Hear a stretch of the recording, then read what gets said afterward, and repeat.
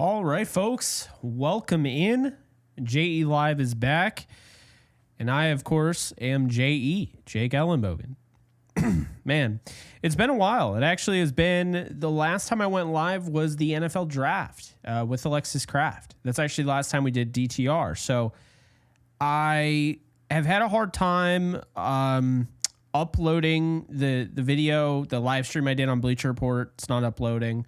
So that'll be posted tomorrow. But I felt like not having anything on my channel having to do with the schedule release, even though I personally think the schedule release is overblown to a degree, I felt like that would be disingenuous to you guys. And I've already had DMs like, Jake, when are you doing your schedule release video? Like, what's up? And I actually see people right now in this chat that were actually over in my other chat for Yankees Unloaded. So I appreciate you guys supporting DV8 to be exact. BC is another one, even though I know you're a Dodgers fan, BC, but still appreciate the support. I missed you guys. Full disclosure, I overworked myself the last time you saw me live. Really just stress, anxiety, lack of sleep. Shocker, the dude that never sleeps ended up, doing too much. So that's why I haven't posted as much. Just have kind of been going through it. I'm all good though, or at least I think I'm all good. But that's why that has been the case. I know some people are like, yo, like, why'd you stop posting? You're posting every day. You were a machine. What happened? I'll go back to that. Maybe not on that level, but maybe prioritize quality a little bit more over quantity. Although I do believe quality and quantity can exist. But yeah, we have a Rams schedule release to talk about. Now, I'm breaking down the schedule in this one, okay? This is going to be probably an hour of a live stream. So hang out, grab your favorite drink, maybe go out and get yourself some ice cream, reward yourself for the long day. Hang out. Let's have some fun. Because I'm not only going to break down the Rams schedule, we're going to go over every nitty-gritty detail, my takeaways from it, and then I'm going to give you my final prediction game by game. So I got to say immediately, and I mean, you definitely see the title. You saw the thumbnail. But immediately I was like, this schedule is really favorable for the Rams. Some people will look at it and not think that. And I understand a lot of these teams are going to be better than what we've seen. But right now, I'm really liking the Rams schedule. Really liking it. Because we already knew who they were going to play. That is not the issue. The schedule release just basically lets us know when they're playing these teams.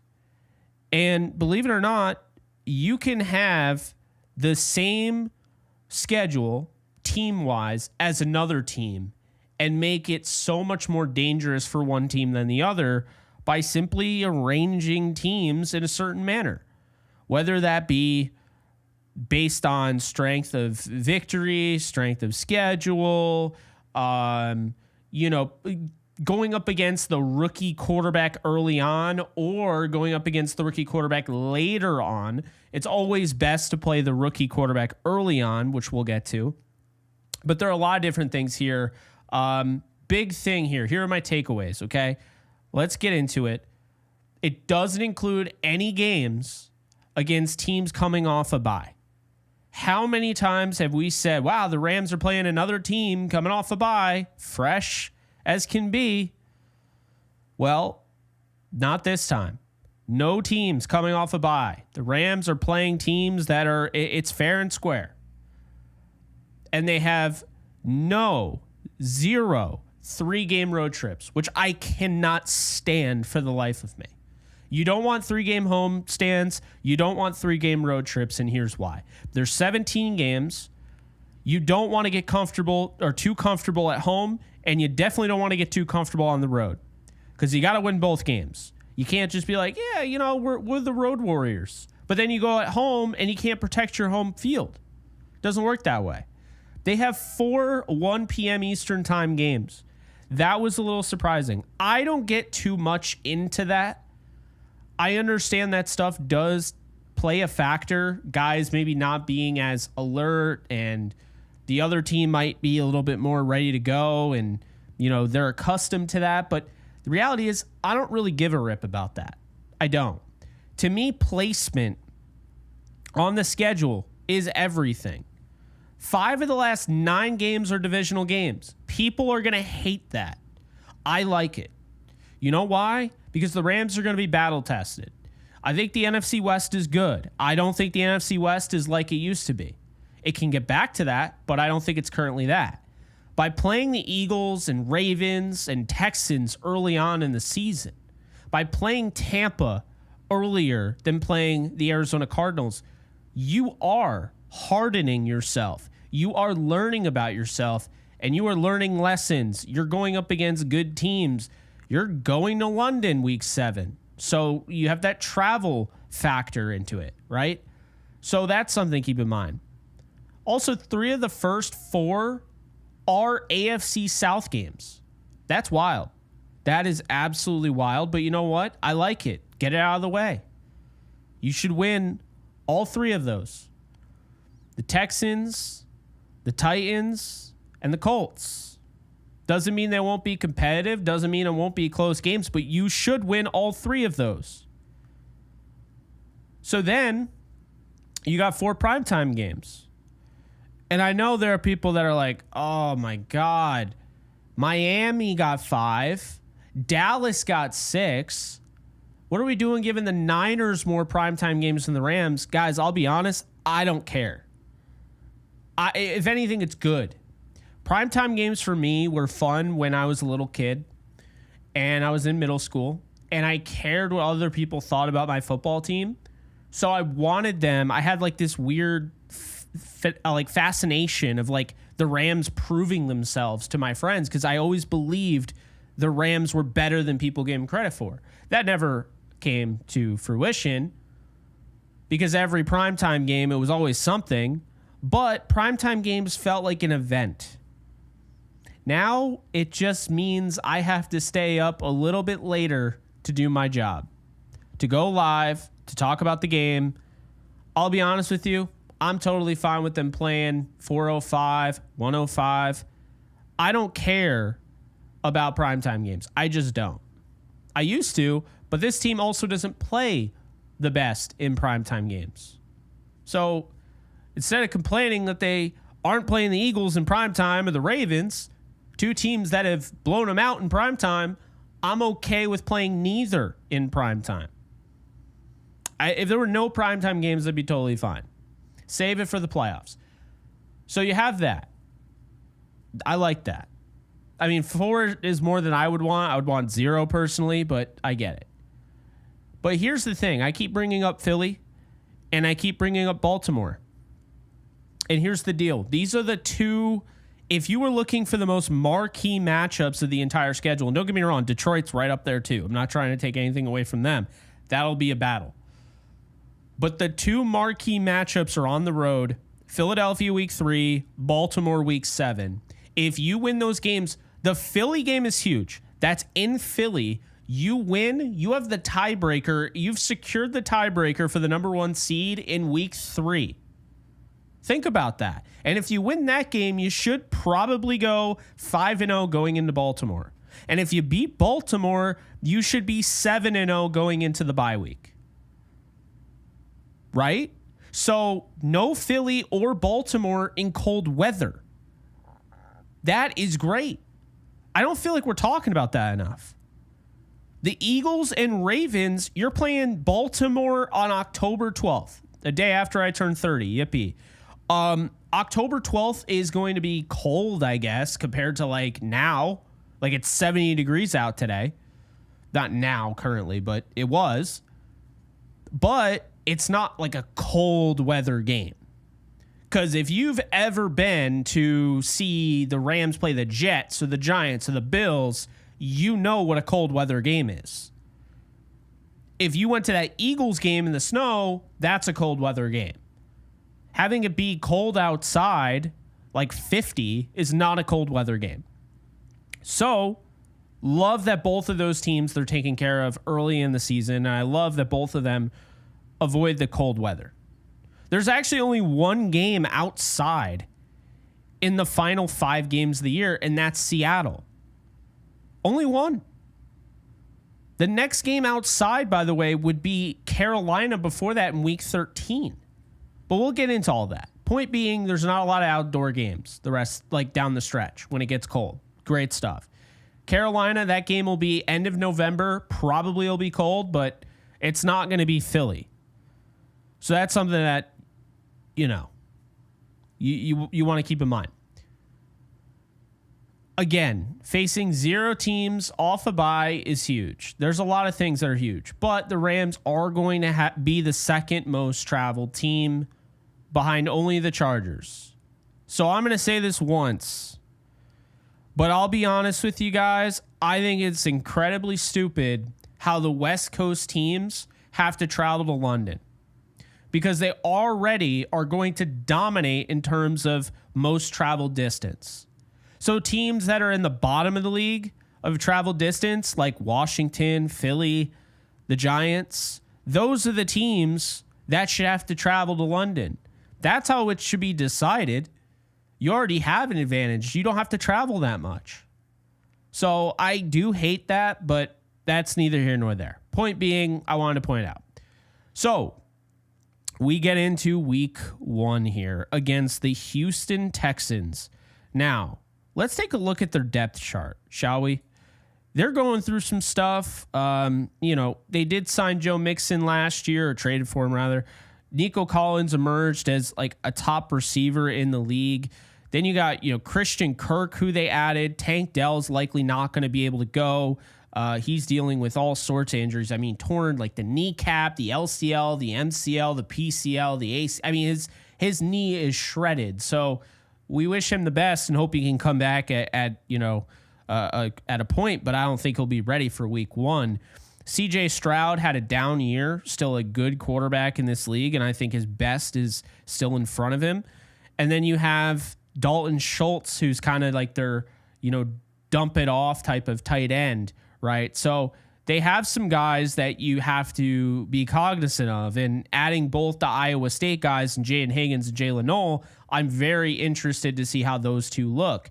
Now, there's a lot of rookies we just mentioned. Then on the offensive line, you got Cam Robinson, who the Rams dominated.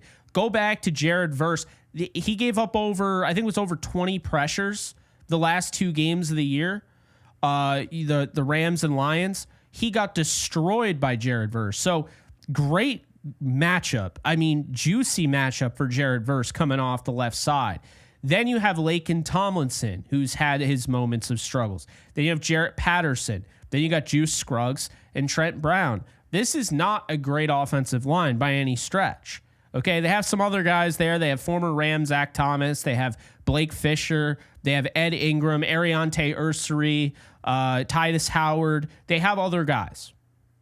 But that offensive line is not great. I think the Rams match up incredibly well against this Texans offense. I really do. I think they're going to be able to get after CJ Stroud. I think they're going to be able to stop Joe Mixon, the run game. And I think they are going to run roughshod of that offensive line. You look at the defense. This is where the Texans can make some noise. You got Will Anderson Jr. coming off the edge and Danielle Hunter. These are explosive pass rushers that can give a Rob Havenstein, who struggles against that kind of athlete off the edge, some fits. Could give Alec Jackson some fits. So you have some guys there. You got Tim Settle and Sheldon Rankins in the middle with Fadu Kasi and Mario Edwards Jr. to basically shut down the run. I don't think they're necessarily going to do that. I think Kyron will be able to run, Hunter will be able to run, and Corum will be able to run. But that pass rush, they're going to have to be able to protect Matthew Stafford. Make no mistake about it. You also have Derek Stingley Jr., who's a very talented corner in his own right. You got Kamari Lassiter, who kind of emerged last year as a rookie. Jalen Petre, who got a nice deal. And then you got Chauncey Gardner-Johnson, Jimmy Ward, Kalen Bullock. There are definitely some depth pieces here. And, of course, Russ Yeast is also on the team, a former Ram. I still feel like the Rams are the better team. I like the way they look on paper. I like the way they looked on tape to end the season. I think they got better. And honestly, I already thought that they were a Super Bowl caliber team going into this season, with or without the draft. So I thought the draft, they did a nice job. They got better. They improved linebacker. This is probably one of the best and one of my most excited I've ever been for a linebacker room that I can remember. I really, really like what they did going out and getting Chris Paul Jr., going out and getting Sean Dolak in UDFA, signing Nate Landman, developing Omar Spates.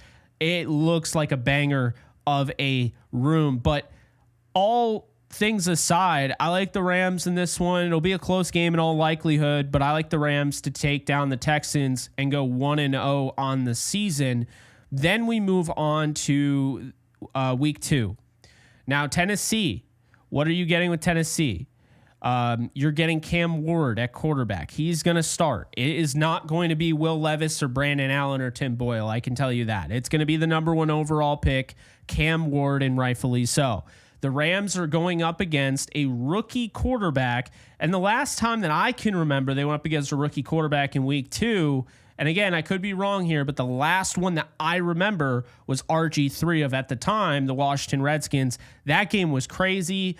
I remember it like it was yesterday. I mean, you had all sorts of stuff that went on. You had the spiked football because Cortland Finnegan got in, I totally forgot the guy's name's face, and pissed him off, and he threw the football, and they were out of field goal range, so they couldn't tie it, and the Rams won. I believe it was 31-28, and it was years ago. It was RG3's rookie year. So I do think the Rams are clearly a better team than the Titans, but I do like the Titans, and I thought last year they were a better team than given credit for, and really the quarterback was what was holding them back.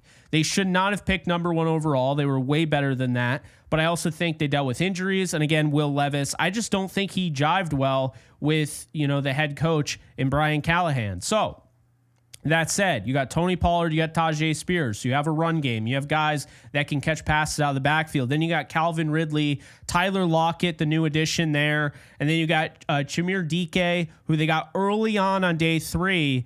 So he'll have, a role there. Elik Io Manor. These are guys that you have to keep an eye on. Xavier Restrepo, who was signed via UDFA, of course, caught passes at Miami from Cam Ward. They have depth there. They have Treylon Burks, a former first-round pick. I think they're done with him, though. We'll see. But I would keep an eye on Van Jefferson as well, a guy that can stretch the field. They got a lot of speed in this wide receiver room, a lot of weapons, guys that can get open, create separation for a Cam Ward, guys that can win after the catch, like a Calvin Ridley and Tyler Lockett. So it will be interesting there at tight end. You got Chega Okonkwo, good player. They added Gunnar Helm in the draft. I thought that was an underrated pickup. The offensive line, you got Dan Moore Jr. They paid out the wazoo. Was not expecting him to get paid that much. Peter Skoronski, Corey Levin, Kevin Zeitler, and J.C. Latham. I really like the way that this offensive line is kind of forming into itself. I don't know if Levin is going to be the starter or not. I feel like that's kind of their weak spot. But Zeitler is a pro's pro, a model of consistency, a veteran in his own right. Latham, of course, has a lot of potential there coming out of Alabama. Peter Skoronski was one of the top tackles when he was drafted. So the Titans have guys, right? They do have guys. And guys, I'm just going to bring this up to you. Let's take a look at, well, not that. I guess let's not take a look at anything because it's just gone. That's so funny. Yeah, I was going to show you the depth chart that I was looking at. Because while I know a lot of this stuff, I'm not just rattling it off the top of my head. I wanted to at least show you the depth chart. There we go. Okay, cool. So I don't know why I didn't show this up earlier, but anyway, yeah, so it gives you an idea of what you're looking at here with the Titans. Sebastian Joseph Day, former Ram, he's going to, play against the Rams. That's cool and all. So you got Sebastian Joseph Day, you got Tavondre Sweat, who is a baller as a nose tackle. You got Jeffrey Simmons, who's one of the better players interior-wise. Draymond Jones, of course. Cody Barton, another guy that I really liked, Cody Barton. in free agency. They went out and got him. So they have some guys here. Arden Key, L'Jarius Sneed, they spent a lot of money on. Jarvis Brownlee Jr., they just picked up Amani Oruwariye. You got Xavier Woods, Amani Hooker, Roger McCreary. I think this Rams team is clearly better. Oh, Johnny Hecker's also on this team, by the way. I think this Rams team is clearly better than the Titans, so I'm going to take the Rams 2-0,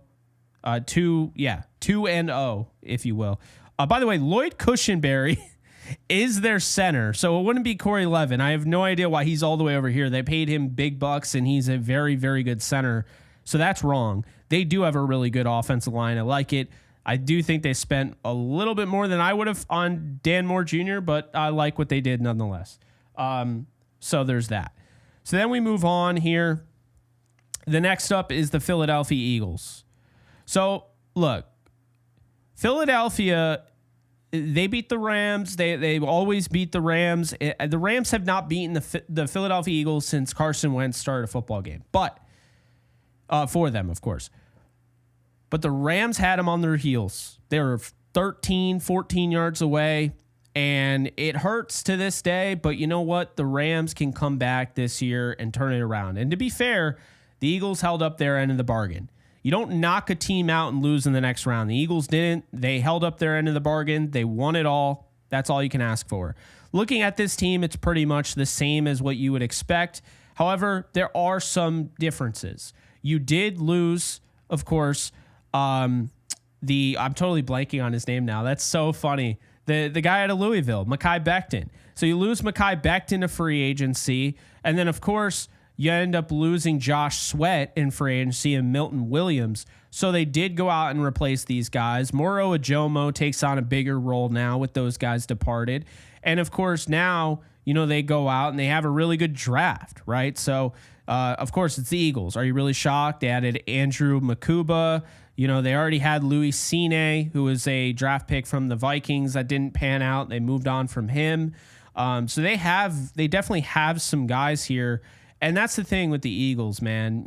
They just know how to draft. They ended up with Jahad Campbell. They already had Zach Bond, Nakobe Dean. You got Jeremiah Trotter Jr., Smile Mondin Jr. They got so much depth. That's going to be the problem with them, is that they can have all sorts of sub packages. And by the way, everyone's forgetting about Bryce Huff. They are still high on him. They paid him a lot of money. He had a down year last year. We'll see. He was excellent when I covered him with the Jets. Excellent player. We'll see if he gets back to what he can be, but very intriguing player there. And then, of course, Cooper DeJean and Quinyon Mitchell, who were outstanding last year, and then Jalen Carter, who's already one of the best players in football. So this is a nasty team. They got a lot of depth. That said, you can only play 11 guys on the field at once. And I still don't love their wide receivers. I still feel like they could have added one more guy. I like Jahan Dotson. I don't love Jahan Dotson. I like Anais Smith. I don't love Anais Smith. I like Terrace Marshall Jr. I don't love Terrace Marshall Jr. So I am glad they didn't add another receiver for that reason. But I will say, folks, I like their pickup of A.J. Dillon, by the way. I am going to take Philly in this one. I think the Rams suffer their first loss of the 2025 season in Philadelphia. I think it's going to be a wicked close game. But this early on in the season, I still think Philly is still going to be really, really good. They got plenty of depth. And it's just going to be a tough environment all around. So love what the Rams are doing. And it has no knock on what they can overall become. But we've seen this movie before. The Rams have never had a number one seed in the McVay era, and they've been the best team in multiple seasons. So sometimes you lose games they have no business losing. The Rams start off their Super Bowl season. They won 8 straight, right? Or whatever it was. And then they end up losing. They blew the, no, that was a different year. But 2021, they had the no-win November. So it is a reminder, even when they're the best team, because they were clearly better than the Titans, they were better than the 49ers, they were better than the Packers.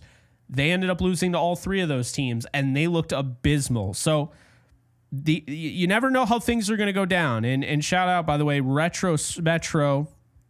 Thank you for the 2. One thing for sure, though, we win the bye week. Yes, that is true. You do win the bye week. That 100%. I agree with that.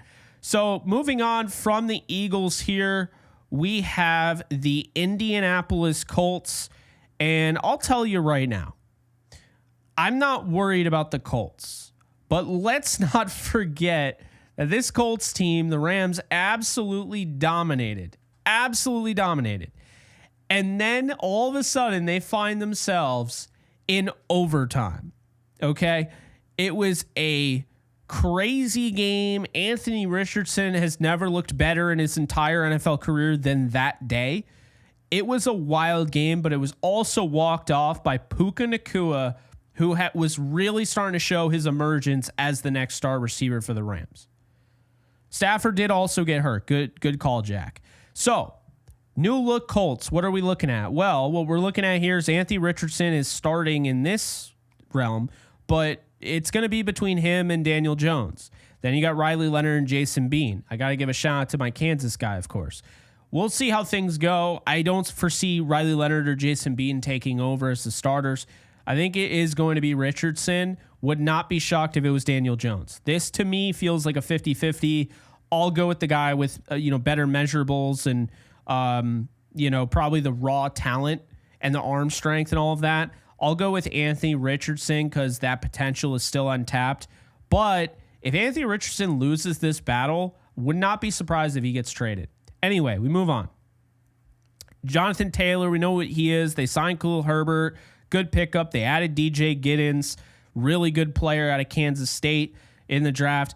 Their receivers, they brought back, they're keeping Alec Pierce. Their Josh Downs was a great pickup. And of course, Michael Pittman Jr. is consistent as hell. Really good. Then you have Adonai Mitchell still on this roster who you added last year.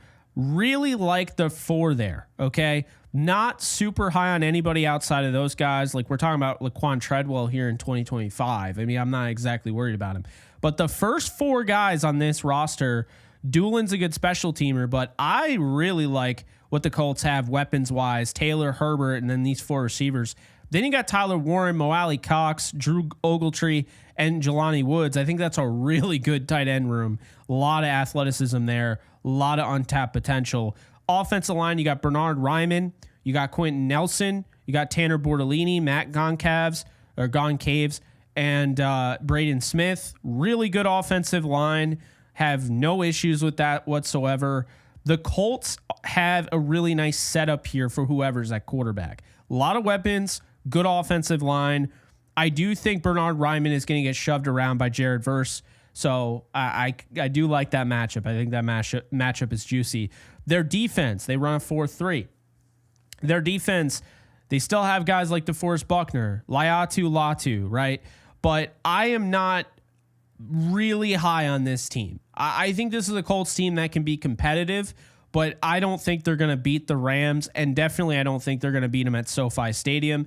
So I'll take the Rams in this one, and that'll be that. So we move on to Week 5. So the Rams, I currently have at 3-1, heading into Week 5, Thursday Night Football rematch against the 49ers, and this time it's at SoFi Stadium. So let's take a peek on the 49ers. So we got the San Francisco 49ers, Brock Purdy. We have no idea if he's going to get signed, what's going to happen. Honestly, don't rule out seeing Mac Jones this year. We'll see what ends up happening, but I've said it multiple times. I'm not the only one who said it. It was the worst kept secret ever. The 49ers wanted Mac Jones. Well, Kyle Shanahan wanted Mac Jones, and John Lynch wanted Trey Lance, and they went with Trey Lance, and Mac Jones was their preferred guy, and of course they ended up with him anyway. So that's something to keep in mind. But anyway, Brock Purdy, assuming he is the starter and nothing goes awry, he is a good quarterback in this league. I've soured on him a little bit, but I still think he's a good quarterback, capable. Christian McCaffrey is one of the best running backs when healthy, but that's the question. Health. Is he going to be healthy? We'll see. They added Jordan James out of Oregon.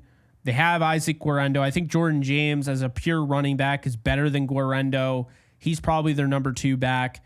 Didn't actually agree with moving on from Jordan Mason. I thought they should have kept him and maybe traded McCaffrey, but that's just me. McCaffrey does not look like he's on his way back to form. This feels like a guy that is about to hit a wall. Like, he's getting older. He's had injury issues. He's had severe injury concerns. We're talking Achilles. I don't like it, but that's their choice, I guess. Brandon Ayuk, will he be back? Will he not be back from that torn ACL? That remains to be seen. Demarcus Robinson will be back from suspension. He was only suspended for 3 games of the season. So Demarcus Robinson will see his former team, the Rams. Jawan Jennings, we already know what this guy can do. He has given the Rams fits in the past. Ricky Pearsall is also going to take on the Rams. Last time we saw him, Akello Witherspoon was blanketing him in coverage. At tight end, George Kittle, they added Luke Farrell as kind of like a blocking guy. Not really sure why they spent as much as they did on him, but they did. They also brought back Kyle Juszczyk. No idea why, but good for them, I guess.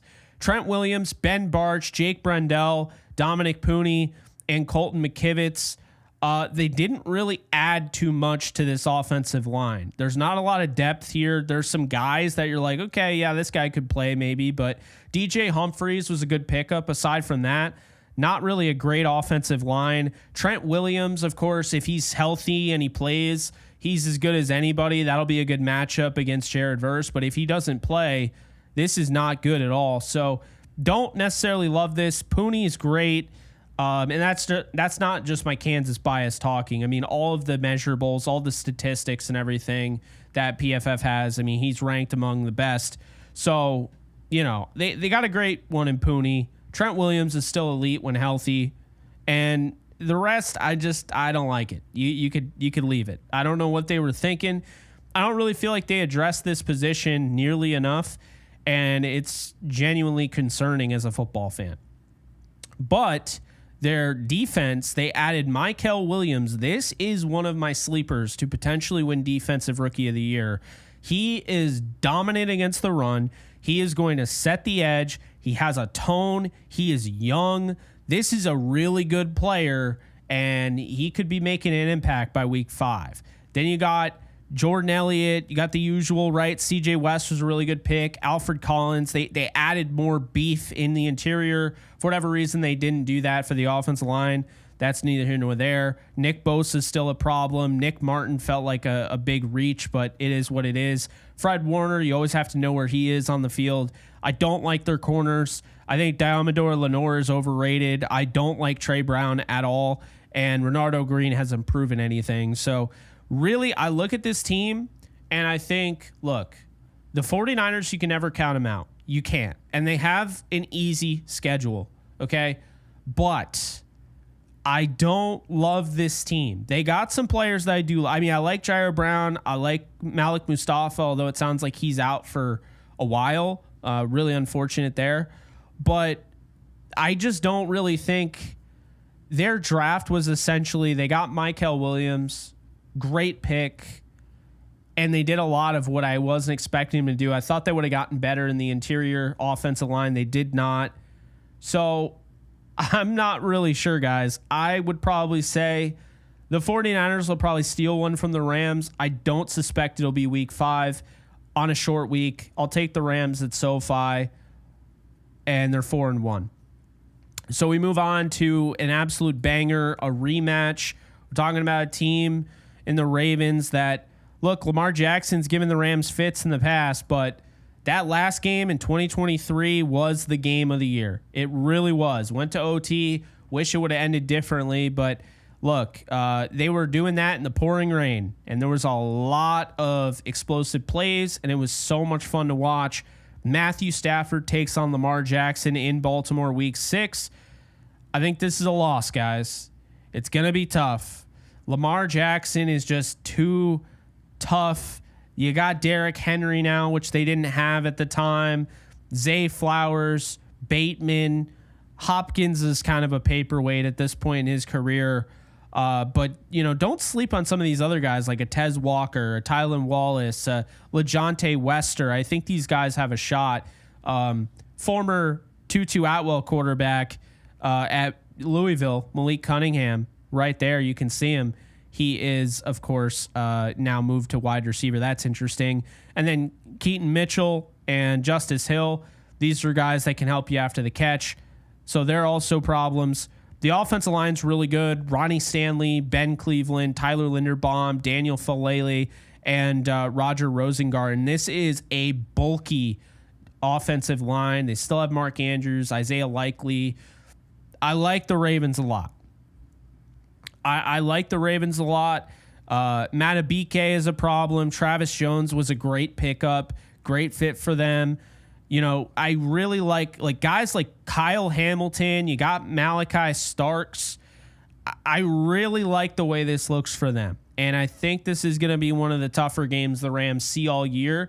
It won't shock me if the Rams beat the Eagles. It won't shock me if the Rams beat the Ravens. But I am taking the Ravens in this one in a close game. Probably another banger. I think the Rams lose by a field goal, and they fall to 4-2 on the year. So without further ado, we head to London. Hope you guys are ready.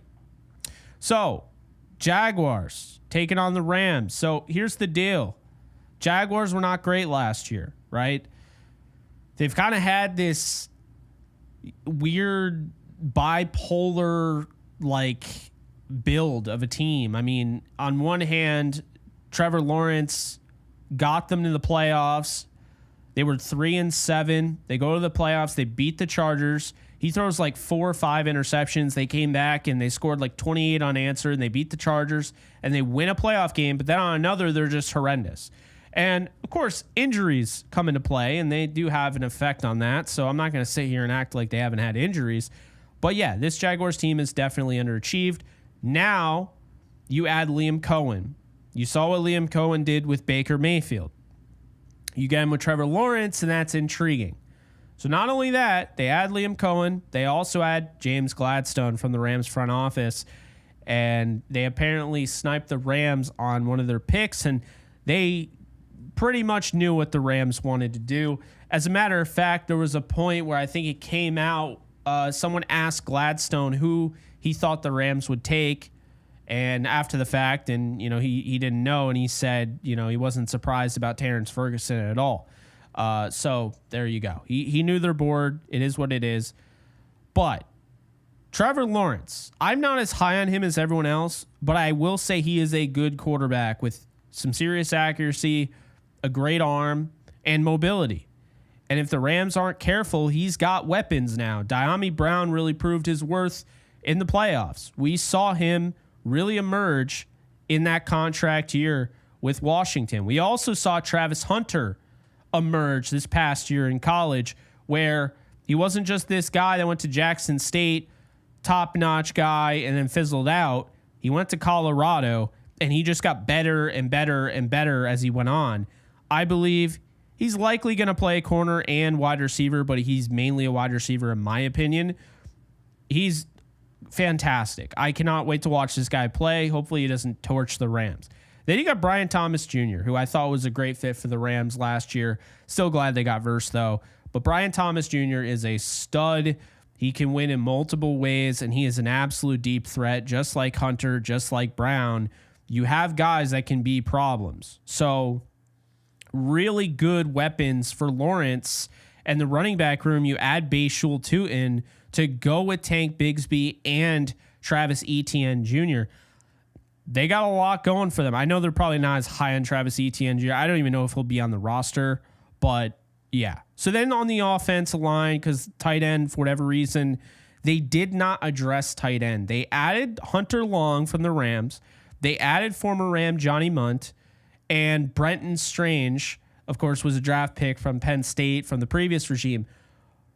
But they don't have a go-to tight end. So if Brenton Strange doesn't become that, they don't really have that guy. So interesting to not go after a tight end this past draft. Then you look at the offensive line. It's all right. Anton Harrison, they're expecting big things from. Makari's solid. Hainsey's okay. Ezra Cleveland, I expected better things from. He's not bad, though. And then you have Walker Little. They did add Wyatt Milam, who I guess they have listed as a guard here. I know he played tackle at West Virginia. I think it's an okay offensive line. I think this is an offensive line that the Rams should be able to get after, rush the quarterback, and put some pressure on Trevor Lawrence. Then You got the defense. You got Josh Hines-Allen. You got Davon Hamilton. This is a Hamilton versus a Hamilton game, okay? The Hamilton Bowl. Davon Hamilton, right, and Ty Hamilton are brothers. They're related. So that's kind of cool. Arik Armstead, Trayvon Walker, Devin Lloyd. There are a lot of different guys on this team. I do like this roster for the most part. Tyson Campbell really became a stud at corner.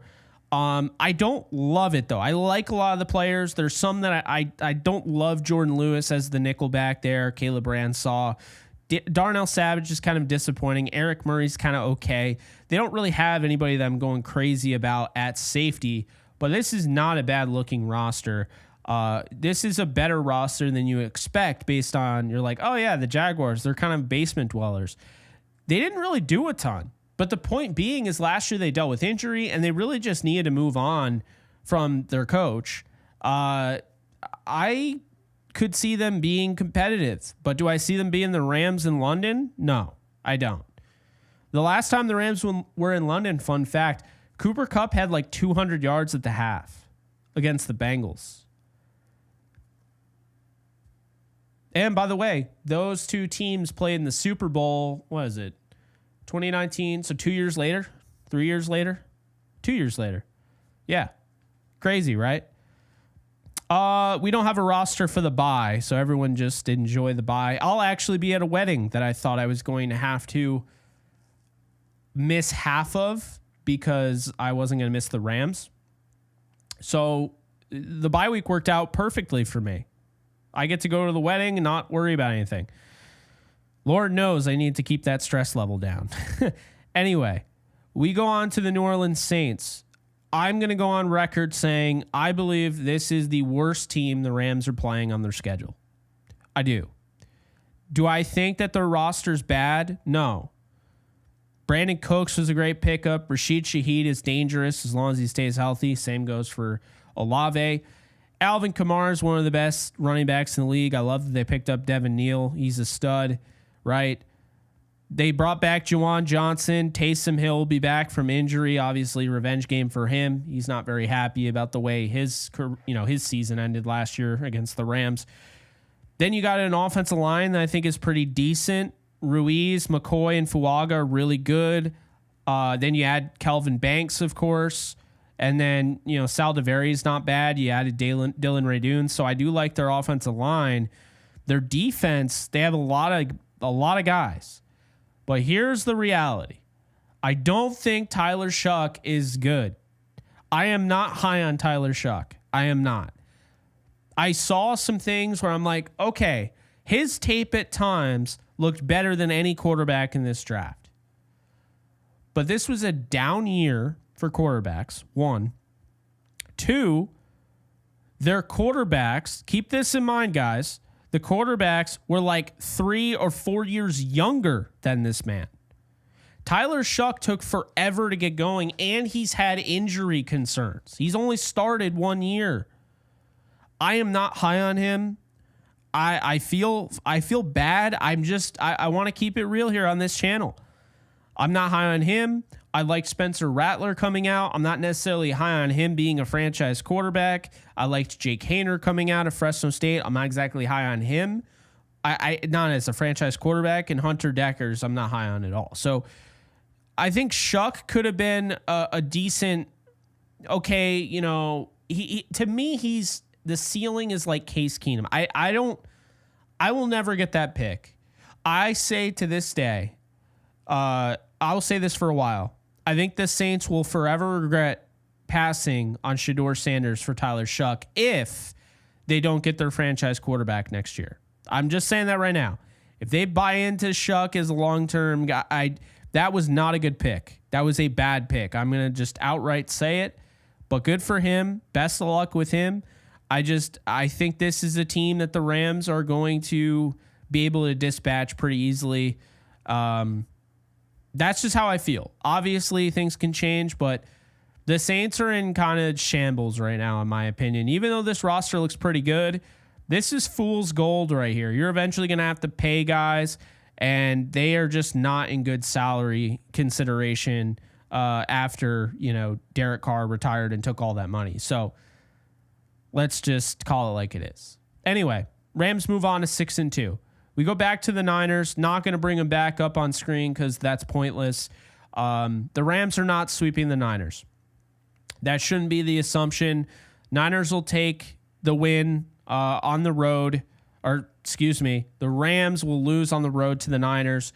The Rams will win it all in San Francisco. So it's okay if they lose once in San Francisco if they're going to win again when it matters in February. Okay?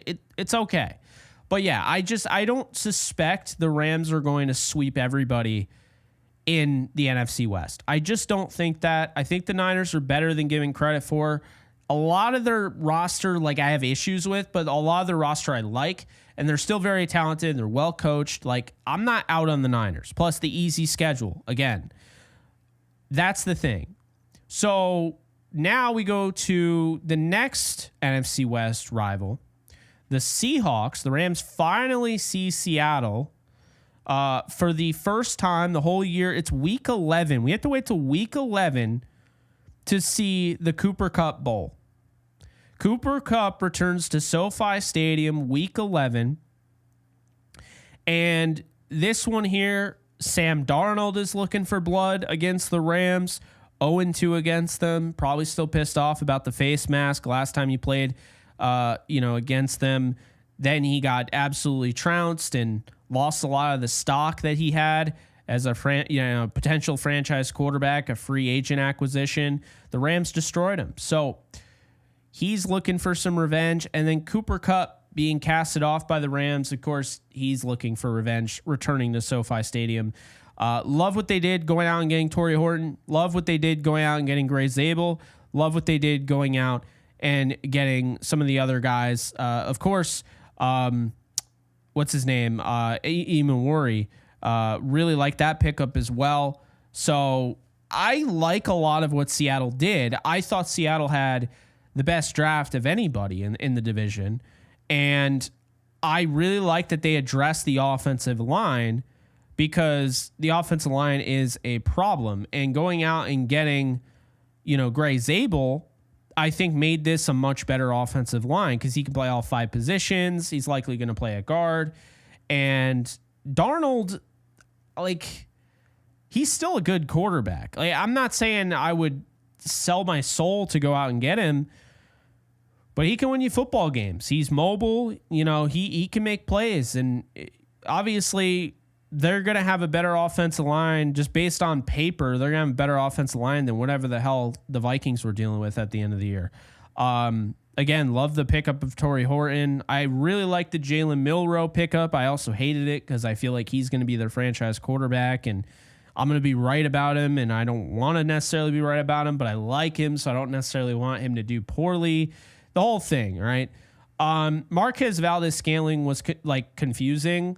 I guess he's fast, but the hands aren't quite there. So Jackson Smith and Jigba, I expect Torrey Horton to really emerge in this room. I think Jake Bobo is going to be a red zone threat. The Rams are going to win this one at SoFi Stadium in Cooper Kupp's return.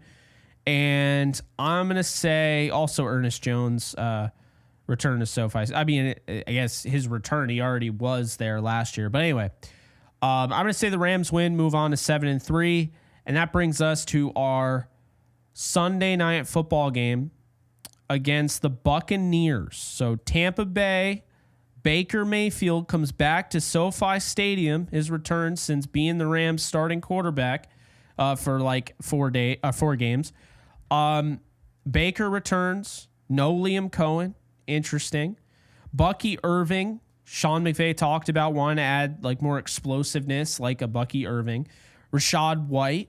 You got Mike Evans, who the Rams really wanted. They really wanted Mike Evans.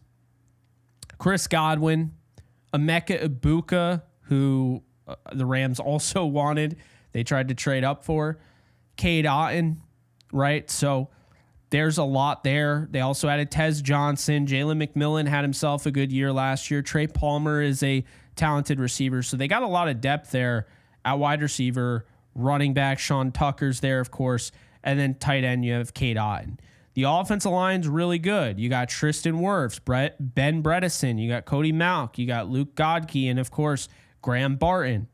So they actually have a really good looking starting offensive line. I don't necessarily love their depth, but their starting offensive line is good. This could be tough. Sunday night, Rams aren't always the best Sunday night football team. It is at SoFi Stadium. Riley Dixon, by the way, former Ram, so his return to SoFi Stadium, if you will. The defense, they added Hassan Reddick. Yaya Diaby was really good last year, kind of emerged as, quality player in this league. Zion McCollum, Jamel Dean, Levante David came back, Anthony Walker Jr. They have some guys for sure. Kalijah Cansey, Vita Vea. I think the Rams are going to win this game, though. I think it'll probably be close to like a shootout. Baker, Stafford going back and forth. I'll take the Rams and Stafford in this one. So the Rams will move to 8-3 in 2025. We move on to week 13 here, taking on the Carolina Panthers. And man, there are some returns here. Not returns, but former Rams, if you will. The Rams are going to see Austin Corbett. The Rams are going to see Bobby Brown III, my guy. They're going to see Ashawn Robinson. They're going to see Nick Scott. They're starting safety. I mean, they're going to see Christian Roseboom. There's a lot of former Rams. And then, of course, you can't forget about the former Ram, Ejiro Evero. So a lot of former Rams. And Carolina's a tricky one, man. It's in Carolina. It's the last outdoor game until Seattle. And it could be cold. I mean, it's at the end of November. Of course, Evero knows the Rams from what they do, although he's been gone for a bit now. But there are still some guys. Bobby Brown was just played on this team. Roseboom just played on this team. We'll see what ends up happening. I like what the Carolina Panthers are doing. I like what they're building. Bryce Young, it really comes down to him. Chuba Hubbard has emerged as a really quality running back. Rico Dowdle was overkill. They didn't need to get him. And God, talk about overkill, getting Trevor Etienne, who I think is one of the better running backs from this draft.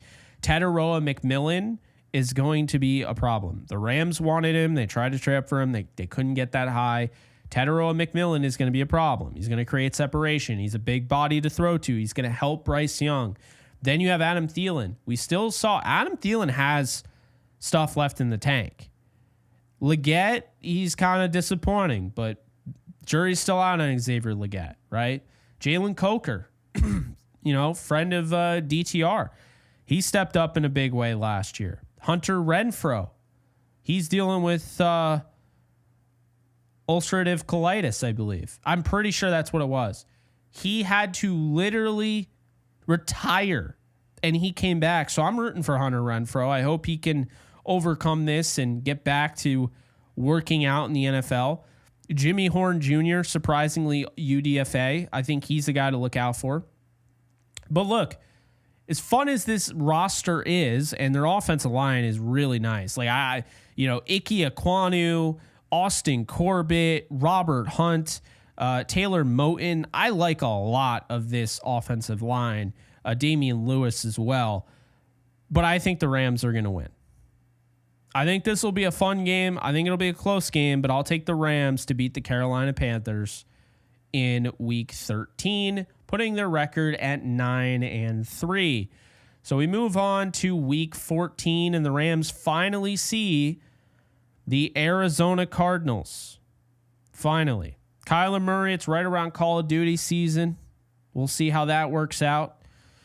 Kyler Murray, James Conner, the whole bunch. Pretty much the same offense as last year. They really didn't add anybody new when you really think about it. Like, not even a soul on the offensive line that looks new. Like, everybody returned. And I just don't know why. I know they added Simi Fehoko, who I like. I don't know why they didn't add more pieces in the draft. I'm okay with it. But I felt like they were going to add at least another receiver. Either way, talent, definitely. Offensive line is not great, though. I'm not high on the offensive line. The tackles are good, although Jonah Williams is kind of overrated. But yeah, I'm not a big fan of their offensive line. So I'm not really sure what direction they were going in with the offense. Maybe the defense prevailed. Maybe Jonathan Gannon wanted a more defensive-minded team. I can't tell you, but I can tell you going out and getting Josh Sweat, Walter Nolan was a reach. I wasn't a big fan of that pick. I guess maybe I was if it helps the Rams. But I think the big thing, and I'm just going to be honest with you, Josh Sweat was the biggest ad of this entire offseason for them. I like Hakeem Davis-Gaither. I like the Cody Simon draft pick. Will Johnson is fascinating to me. Will Johnson was a great draft pick, but at the same time, I feel like people see Will Johnson drafted and they just automatically assume the Cardinals killed their draft. I don't know if I agree with that. I don't see how they killed their draft. To me, they had a solid draft. They reached on their first round pick, Walter Nolan. And to me, I watch this guy in Will Johnson, and I didn't think he was a first round talent. And then you tell me he's got injury concerns. And now I'm concerned because he was already an ankle biter tackler. Is he going to be a worse tackler than he was before? So that's my take on that. I could be wrong, but I don't know if the Cardinals move the needle enough. I was actually really excited for them to move the needle. And looking at this, I love the Josh Sweat pickup. Most of what the Cardinals did, I don't know why I got so hyped. I mean, I like Hakeem Davis-Gaither. I don't know why I got so hyped about some of these. This is just a roster that I feel like they could have done a lot better building. They're probably a year or two away from being like really dangerous. I don't know why they didn't add some more help here. So I'm going to take the Rams to win this one and go 10-3. It's the first time back in Arizona since Arizona let the Rams host the wild card game. All right, week 15, you know what it is. Detroit comes to LA. That's right. 3 straight games in Detroit, and now they come to LA. Okay, so I think it was actually 2. Was it 2 or was it 3? I've already forgotten. Anyway, don't even care. Detroit. Here's the deal with the Lions. I don't think people understand. They still have a very good roster. I'm not going to say they don't. But you have to understand, losing Ben Johnson is significant. Okay? It just is. There's going to be Lions fans that say, no, we're totally fine. Fine. We'll find out. Because this either goes one way or the other. You either find out that you're not fine and the wheels fall off and you're like, oh, crap, he really was everything for us. Or you find out, he was just a product. We're good. And you actually find out you're good. See, here's the thing. The Lions have talent all over the place. Jared Goff's talented. Jahmyr Gibbs, David Montgomery, Amon-Ra St. Brown, Jameson Williams, right? The Isaac Tesla trade was insane. I know the Rams were interested in him. I know a lot of you guys liked him. But we're talking about giving up 3 third-round picks. That was egregious to get him on day 2. Egregious. I like the player. Felt like he was very raw. We'll see what ends up happening, but that was wild. Also, if Tesla was on this team with Ben Johnson, I'd feel a lot better. So there's also that. Tim Patrick, he's unfortunately he's been dealt a really bad deck. I mean, he's had like 2 ACL tears. Really good player. Just, I don't know if he's the same. Sam Laporta is great. We know that. The offensive line is one of the best in football. Tate Ratledge only made that even better. And that was such a great pickup for them. Great draft pick there with Rutledge to go with Glasgow, to go with Ragnow, to go with Decker and Sewell. And he's still got guys that they like. You know, Sorsdal's a guy that they like. Mahogany's a guy that they like. Natani Muti. They got some guys for sure. So Dan, and of course, Dan Skipper. Every Lions fan loves this guy. So then you got your defense, and this is where the Lions improved. Now, they lost their defensive coordinator in Aaron Glenn. I was always skeptical about how good Glenn truly was. I thought this past year was his best year, but I still don't feel like he's this like, oh my God, we're not going to be the same without him. I'd say quite the contrary. If the Lions are a better defensive team than an offensive team next year, I won't be surprised. Ben Johnson was the guy that you couldn't let go. That's the guy, like Sean McVay, when you had Jay Gruden, nothing against Jay, but when you had Jay Gruden and Sean McVay is looking at getting a coaching gig somewhere, you promote Sean McVay and you fire Jay Gruden. It's that simple. You don't let a guy like that leave your building. You don't. I don't care. You just don't. And with the Lions, it's tough. It is tough. Like, how do you do that, right?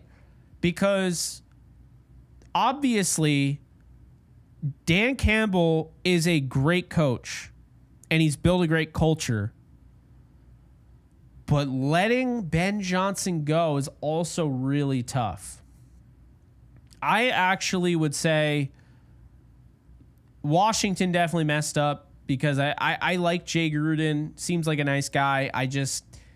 I will never understand why they chose him over McVay. I'd personally dump Campbell because I am that, and I only do it under one circumstance. I'm that convinced Ben Johnson is a lethal coach. Like, he is going to be a problem wherever he goes. The Bears are going to be good this year. Just watch. They're going to be good. I'm telling you now. But anyway, as Tyler's bringing up in the comment section, they lose multiple position coaches. You're absolutely right. So, look, this defense, very similar to last year, but they added some pieces. DJ Reed is a great cornerback. Underrated, although he didn't get paid like he was underrated. He's very good. Amik Robertson, they found their guy. He fits their system very well. Scrappy guy. That's a really good pickup.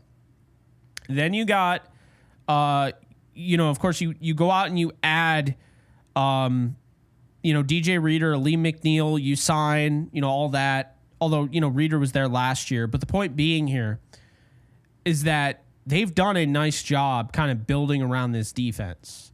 Adding DJ Reed was big. It just was. And the Ratledge pick was pretty big. I think with the Lions, they're going to be good. I think they have the chance to be great, but I think they're going to be missing Ben Johnson next year. I can't guarantee they win the division, and I'm telling you now, the Rams are beating them at SoFi Stadium, taking it back, 11-3, revenge game, SoFi Stadium, Rams win. We move on to Week 16. Seahawks, won't bring it up again. I have the Rams losing. Short week, emotional game against the Lions and everything. Short week, Seattle, in Seattle, outdoors, cold, probably windy, rainy. I think Seattle wins kind of an ugly one at the end of the year. So the Rams fall to 11-4. And then Week 17 should be very interesting because the Rams can help themselves by making the Falcons pick worse because the Rams have, of course, their first-round pick in 2026. The Atlanta Falcons, Michael Penix Jr. and Kirk Cousins. Everyone kind of suspects Kirk Cousins is going to get traded. If Michael Penix Jr., who is injury-prone, look at his career. He's had so many injury concerns. If he goes down, this team isn't going anywhere. But the NFL gave this team 5 primetime games for a reason. They are high on the Atlanta Falcons. And to be fair, it's not a bad roster. All the way through, you look Michael Penix Jr., the way he was playing, his tape, he looked really good at the end of last year. Bijan Robinson, Tyler Algier, these are really good players, right? Drake London, you got Darnell Mooney. I was surprised they didn't add one more guy there because I'm not as high on Ray McLeod. I like Kadarius Hodge, of course, but felt like they should have added one more guy. Nick Nash is like their new wide receiver they added, UDFA. Then you got Kyle Pitts, of course. And then you get in the offensive line, and the offensive line is pretty stacked, except they lost Drew Dahlman. They didn't really replace that, so clearly they must like somebody here, whether it's Ryan Newsel or Matthew Cindric, but the other four are really good. Lindstrom, Bergeron, Matthews, and McGarry, about as stout as it gets. Jack Nelson, good depth there. So the offensive line looks pretty good. Not really sure about that center position, though. I'm just confused why they didn't address that. Anyway, defense. Morgan Fox. Isn't that funny? Morgan Fox in a Rams type of defense. Shocking, right? Former Ram Morgan Fox. They also added Brandon Dorless from Oregon last year. David Onyemata, Ruka Rororo, Zach Harrison. Say that 5 times fast. Rororo. Taquan Graham, that was a good pickup. Leonard Floyd reunites with Raheem Morris. Caden Ellis is one of the better linebackers in football that never gets talked about. James Pierce Jr., of course, was the guy that they traded a first rounder for. I like the player. I think he's a good player, but he was not worth all of that. But then again, we'll see. He has a chance to prove that's wrong. Divine Diablo, love the name, and he's a versatile player. Troy Anderson's a player that I've liked for a while. AJ Terrell is one of the better corners in football. I like this team. They added Jordan Fuller. You got Jesse Bates III. I think really what it comes down to, very simply put, and by the way, they also added Xavier Watts and Billy Bowman Jr., so they did double up. They got 4 safeties. They're deep at safety. But when you look at this team, to me, it all rides on Michael Penix Jr. This team looks good. It does. But are they going to win the close games? Last year, they didn't. We'll see about this year. We'll see if Penix Jr. can stay healthy. And if he can't, we'll see if Kirk Cousins is still on the roster. We'll see if he can do anything. Because if he can't, the Falcons are in a world of trouble. That should be an easier division, considering the Saints should be in kind of a down year. But that said, I think this is going to be a fun game on Monday Night Football. I'll take the Rams, though, moving to 12-4. And that wraps it up because I think the Rams are going to sweep the Arizona Cardinals. They play the last game of the year at SoFi Stadium. And to be honest with you, this is going to be really based on a few things. This is TBD. We have no idea. They have the right to flex this game schedule-wise. The 49ers are playing Seattle to end the season. The Rams are playing the Cardinals. This could be huge depending on how the season goes for the Rams. But I don't think it's going to be for the Rams. I think the Rams will have a chance at the 1 seed. Oh, and Kobe Bryant. Good call, Edwin. Keep an eye on him, by the way. I wouldn't be surprised if he worked his way into a significant role. I mean, he's a really good corner. Anyway, point being, Cardinals. I don't think the Cardinals are going to be fighting to win the division in Week 18. I think the Rams will likely have it wrapped up in Week 18, and we'll be looking at potentially a first-round bye. So I think they're going to sit their starters. But I think this time, Jimmy Garoppolo and co. will win, and they will protect home field, and they will beat the Arizona Cardinals. And the Rams will go 13-4. And I see in the comment section you think we're adding Ramsey. I do. I think it's going to be in June. That's what the talk is. Rams still have to wait for things to play out. And of course, they might want him. He might want to go to the Rams, but Miami does have his rights, so they can kind of trade him wherever they want. We'll see how things work, but that's what I have. 13-4 record for the Rams. Not 12-5, not 11-6, not 15-2. I went with 13-4. And look, I could see them winning more. I could see them winning less. 13-4 is based on the idea that at the end of the day, this is a team that is able to keep somewhat healthy. I mean, like, significant injuries don't happen. If you lose like a Puka Nacua, I don't know if they win 13 games. God forbid. If you lose Devontae Adams, I don't know if they win 13 games. If you lose You know, if you lose Matthew Stafford, you definitely don't win 13. But that's what I have. So the reality is, as we finish this live stream, appreciate you guys. I almost didn't go live. I almost waited to post it tomorrow. But the reality is this. I think when you look at this Rams schedule, this is a path to go back to the Super Bowl. It just is. The biggest thing for the Rams that has hurt their chances as far as getting a 1 seed, getting a high seed in the playoffs, very simply put, it's been their slow starts. 1-4, right? You can't have these slow starts. The 3-6, the 1-4, all of that.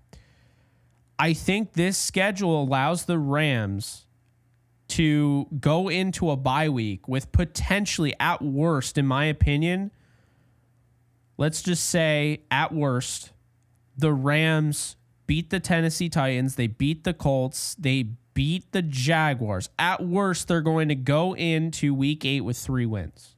At the absolute worst. At best, they go into week 8 at 7-0 because I think they're capable of that. But I think what's realistic is they're going to drop those 2 to the Philadelphia Eagles and the Baltimore Ravens. And then after the bye, which comes after the London game, which that was kind of up in the air whether or not that was true or not. After that, you got the Saints. I think that is a game that they'll definitely win. They're going to at least split Seattle. And they're going to beat Carolina, and they're going to beat Arizona probably both times, and beat Atlanta. So at the absolute worst that I could see for the Rams, if we're just being like, oh, all the tough games are going to be close, or all the tough games they lose, whatever, then I think the Rams go, let's see, 1, 2, 3, 4, 5, 6, 7, 8, 9, 10. I think the worst they go is 10-7. 10-7. It's the worst they do. Because I think even with Jimmy Garoppolo, I think they win those games. I think if, God forbid, the worst thing possible, because the worst thing possible to ever happen to this team would be Stafford going down. Worst thing. There's not a worse thing that could happen. That would be DEFCON, whatever. I think it goes backwards. So I think 1 is the worst and 5 is the lowest. Anyway, point being, Jimmy Garoppolo can win 10 games with this team, but he can't win 13 or 14. And he's probably not going to win a Super Bowl. But hey, I guess you never know. Point being, though, Stafford, this is as good as the Rams have had it in quite some time. I think they're going to get Ramsey as well. Things look good. And that roster is loaded. I don't care what anyone says. This is one of the most loaded rosters I've seen in the McVay era. So I'd say the best, I think we're looking at 15-2. My prediction is 13-4. The worst is 10-7. Unless it's catastrophic, where you're talking about Stetson Bennett starting games. And in that case, well, get ready for Arch Manning or get ready for Lenore Sellers, because I don't see them winning many games with Stetson Bennett. But anyway, that's neither here nor there. Appreciate you guys. You guys have been awesome. Again, sorry. Full disclosure, since you guys stuck around the whole time. We have 250 people watching live, and it's 1:37 a.m. Appreciate you. I had a heart thing, and that is why I didn't post consistently. Because I believe in being transparent. And normally I don't like talking about health stuff and whatnot, but it's mine. I can say what I want. I like keeping you guys informed. So, because I care about you guys, and you guys are hanging out with me this late, after the first night of the draft stream, right after that, I ate this big meal, okay? And I had a black tea during the day, and I had coffee. And normally I have one or the other. Because, you know, I don't know. Caffeine has started to hit me more over the course of time, whereas I used to be able to have a lot of it. So basically, after Alexis and I signed off for night one with the suits and everything, I ended up having my heart start racing.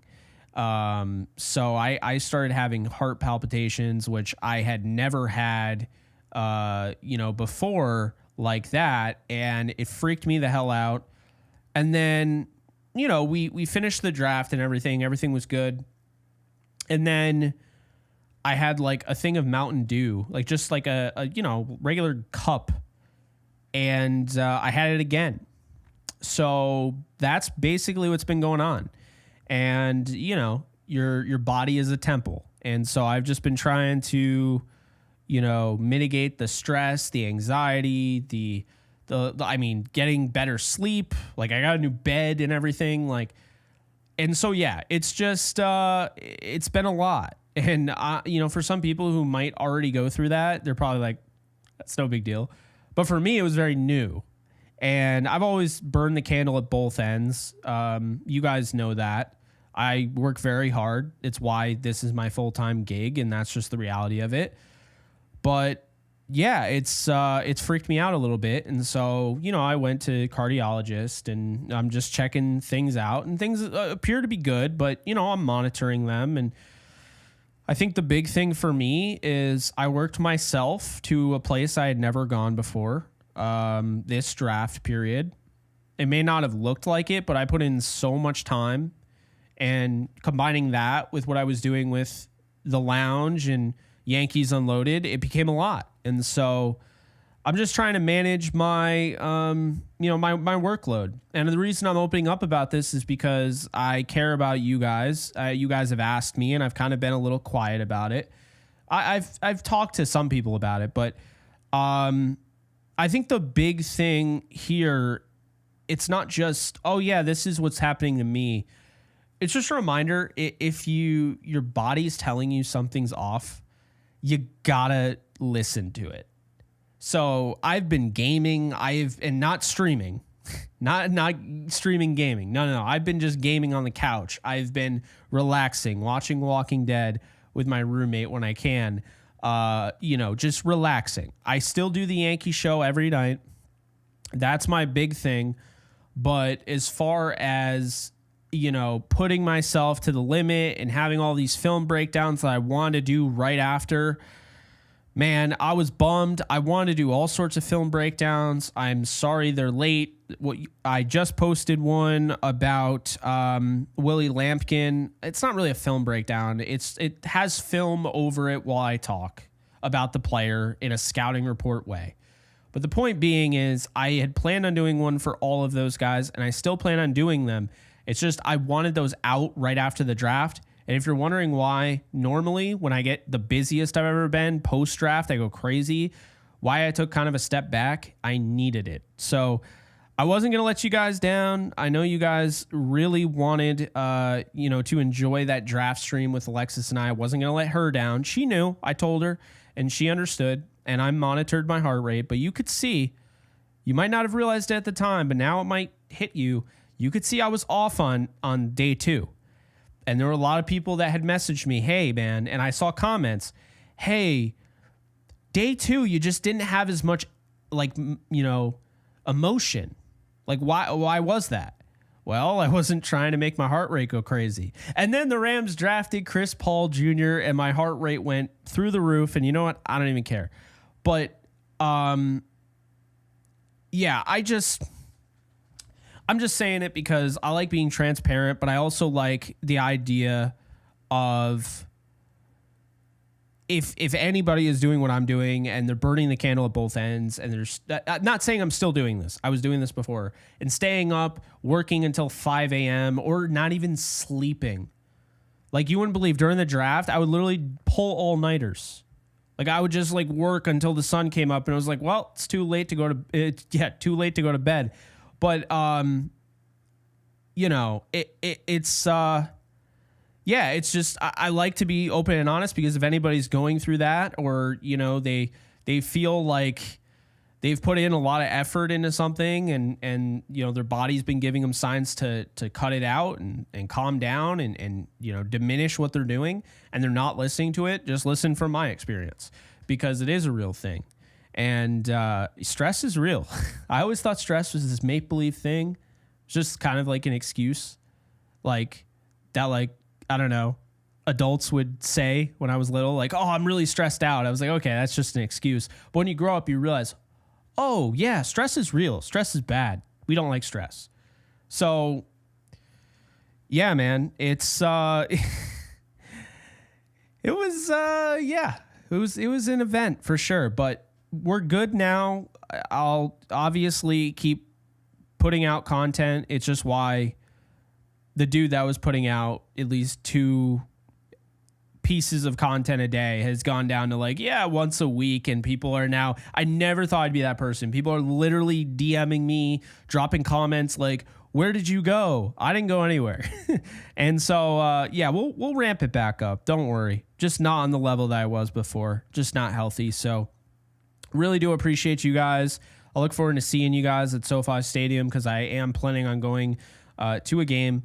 I just have to get my real ID so I can go on a flight, which is stupid that I even have to do that, but have to work on that. That's the priority there. But yeah, man, that's what I'm going through. That's what I've been going through, and now I mean, I think we're good. So, man, but this has been fun. You know, kind of just shooting the shit. I haven't done this in a while. I mean, in a way, I also was kind of presenting like it was a video, but hopefully I made it somewhat interactive. And, you know, I really appreciate you guys. And we're going to have more of these, because I am a streamer at heart. I just am. And I like videos, but I like interaction more. So interacting with the comment section and everything, that to me is more important. So, yeah. That's how it is. And also, I'm pretty sure I'm going to start using StreamYard to go live on JE Live. And the reason being is because I want to be able to highlight comments like we did during the NFL draft. That's a big thing for me. You know, interaction's a big thing, engagement's a big thing, all of that. And it's like, if I can't, you give me super chats all the time and I can't hold it up there on the screen, I don't love that, you know? So I'm going to try and get better at that. You know, but I do want to go live more. That's a big thing for me. And during the dead period, which is coming up soon for the Rams and the NFL, we'll have to go live more. And I will go back to gaming and hanging out and doing hangouts because I like them. But I needed a break, and I'm glad I took the break. And I was able to get to, I think we're almost at season 5 for Walking Dead. It's been wild. And I was able to finish some TV shows, and I finished this new game. For those of you gamers out there, Expedition 33, the second greatest game I've ever played. I can't believe how good it is. I'll probably stream that at some point, to be honest with you, because I am obsessed with that game. But yeah, you know, just catching up on stuff, and then I'm also still doing. I'm still making content every Wednesday at 9. I go live on Bleacher Report to talk about the Rams. So I still make Rams content, but that's what you were seeing. I wasn't really putting out my own videos, really just already pre-recorded stuff, which, by the way, I have another one of those. It's a rapid reaction on the schedule. So if you guys are interested in that, I'm going to post that tomorrow when I'm able to start posting videos again. For whatever reason, it wasn't working. But yeah, that said, I appreciate you guys. This has been fun. I needed this. And man, I'm excited to get back into streaming. So we need to do more streaming. I looked at last year and I barely even stream. I like only streamed like after games.